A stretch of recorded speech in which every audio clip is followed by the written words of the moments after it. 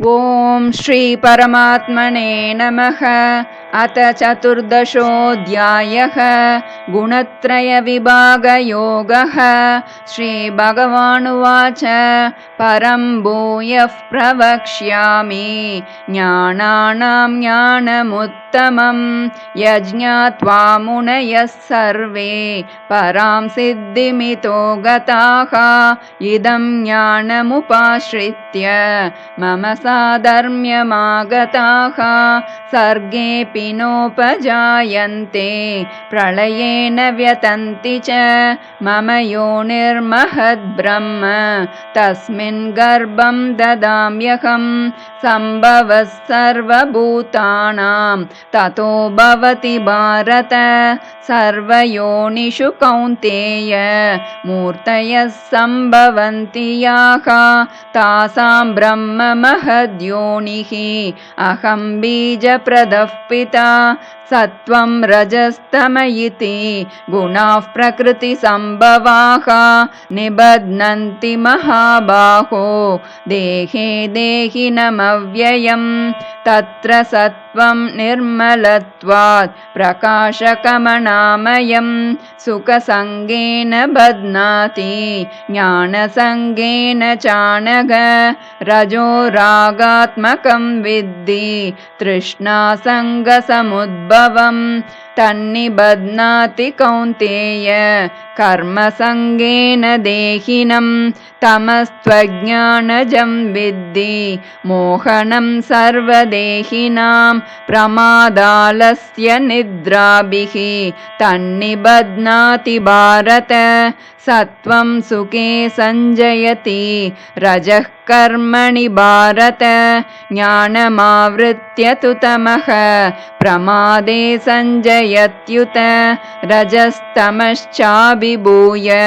सत्वं भवति भारत रजः सत्वं तमश्चैव तमः सत्वं रजस्तथा सर्वद्वारेषु देहेऽस्मिन् प्रकाश उपजायते ज्ञानं यदा तदा विद्यात् विवृद्धं सत्वमित्युत लोभः प्रवृत्तिरारम्भः कर्मणामशमस्पृहा रजस्येतानि जायन्ते विवृद्धे भरतर्षभ अप्रकाशो प्रवृत्तिश्च प्रमादो मोह एव च तमस्येतानि जायन्ते विवृद्धे कुरु नन्दन यदा सत्त्वे प्रवृद्धे तु प्रलयं याति देहभृत् तदोत्तमविदां लोकान् अमलान् प्रतिपद्यते रजसि प्रलयं गत्वा कर्मसङ्गिषु जायते तथा प्रलीनस्तमसि मूढयोनिषु जायते कर्मणः सुकृतस्याहुः सात्विकं निर्मलं फलं रजसस्तु फलं दुःखम् अज्ञानं तमसः फलं सत्त्वात् संजायते ज्ञानं रजसो लोभ एव च प्रमादमोहौ तमसो भवतो ज्ञानमेव च ऊर्ध्वं गच्छन्ति सत्त्वस्ता मध्ये तिष्ठन्ति राजसाः जगन्यगुणवृत्तिस्ता अधो गच्छन्ति तामसाः नान्यं गुणेभ्यः कर्तारं यदा द्रष्टानुपश्यति गुणेभ्यश्च परं वेति मद्भावं सोऽधिगच्छति गुणानेतानतीत्यत्रीन् देही देहसमुद्भवान् जन्म मृत्युजरा दुःखैर्विमुक्तो मृतमश्नुते अर्जुन उवाच कैर्लिङ्गैस्त्रीन् गुणानेतान् अतीतो भवति प्रभो किमाचारः कथं चैतान् त्रीन् गुणानतिवर्तते श्रीभगवानुवाच प्रकाशञ्च प्रवृत्तिञ्च मोहमेव च पाण्डव न द्वेष्टि सम्प्रवृत्त निवृत्तानि न निवृत्तानि काङ्क्षति